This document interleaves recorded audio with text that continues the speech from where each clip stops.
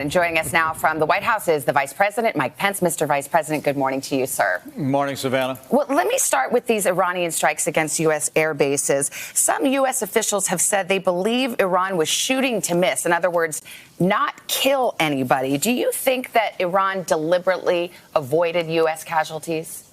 The ballistic missiles fired at American bases, Al-Assad and Erbil, we believe were intended to kill Americans. We have intelligence to support that was the intention of the Iranians, but frankly, thanks to the excellent work of our military personnel on the ground, the force protection that President Trump directed, measures that were taken, and our intelligence, there were no American casualties. There were no coalition casualties, and as the president said yesterday, we continue to believe that Iran is standing down, and the most dangerous terrorist in the world, Qasem Soleimani, is gone. Well, let me ask you about that, because you just said something remarkable, that you believe that Iran was shooting to kill, trying to go after U.S. forces. You've also said in previous interviews that the U.S. did have some warning that these missiles were coming, and presumably intelligence.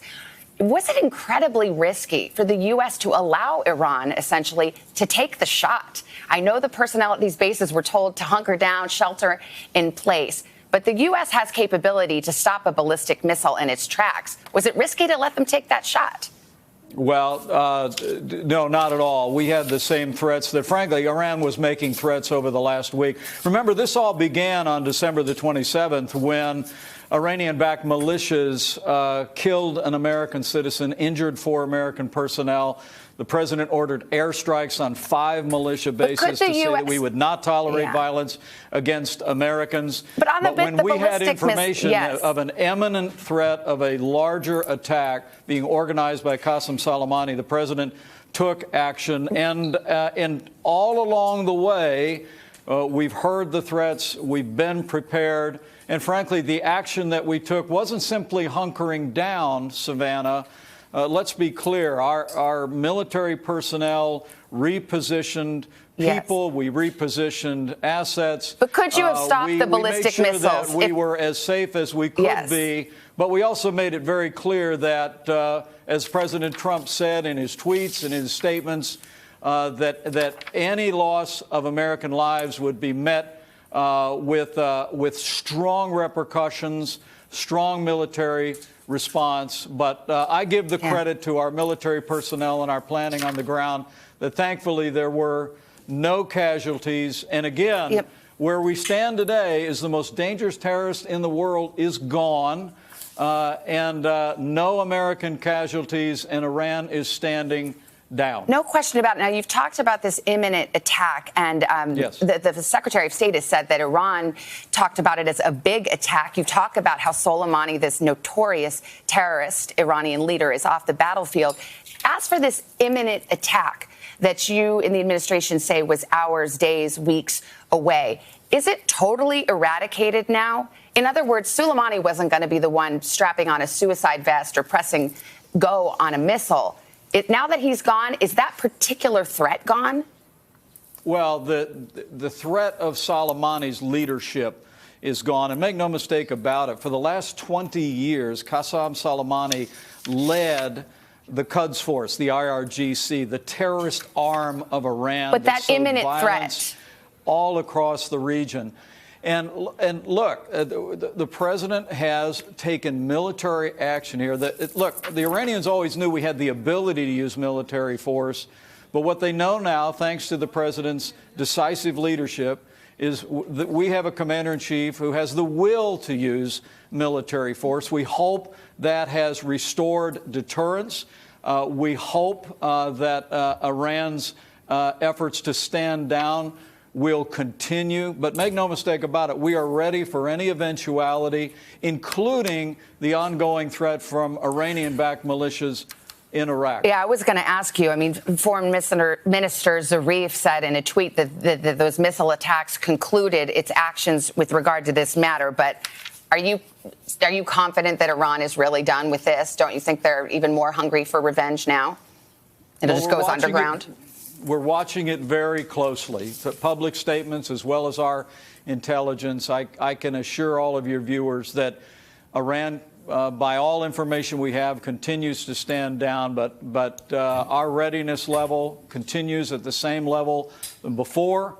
That being said, the president said yesterday, we hope for better things in our relationship with Iran. If Iran will abandon its long history of sowing terrorist violence across the region, abandon its nuclear ambitions, we can have a fresh start with the Iranian people and the Iranian government. We do not seek regime change, but we seek for the regime in Iran to change its behavior and join the family of civilized nations and bring an end to this violence and the threat of nuclear proliferation that they've been pursuing in the region. I'm short on time. On this issue of intelligence, as you know, the congressional leaders had a briefing yesterday on what it was, this imminent threat that was posed that justified the killing. And Senator Mike Lee, a Republican, left that briefing and said it was demeaning and insulting, said it was the worst briefing he'd ever heard, and that he didn't get the information he needed. Why not, in a classified setting, can our briefers from this administration share what it was, this threat that you talk about, in a classified setting? Well, some of that has to do with what's called sources and methods, Savannah, that if we were to share all of the intelligence, and in fact, some of the most compelling evidence that Qasem Soleimani was preparing an imminent attack against American forces and American personnel also represents some of the most sensitive intelligence that we have. It could compromise those sources and methods. So look, even in a classified setting. I have tremendous respect for Senator Mike Lee. I recognize he's had a difference of opinion with our administration over self-defense measures the president authorized in Yemen. But look, we'll welcome those debates going forward. But I can assure your viewers that those of us that have seen all the evidence, that saw the evidence in real time, know that President Trump made the right decision to take Qasem Soleimani off the battlefield. America is safer. The world is safer.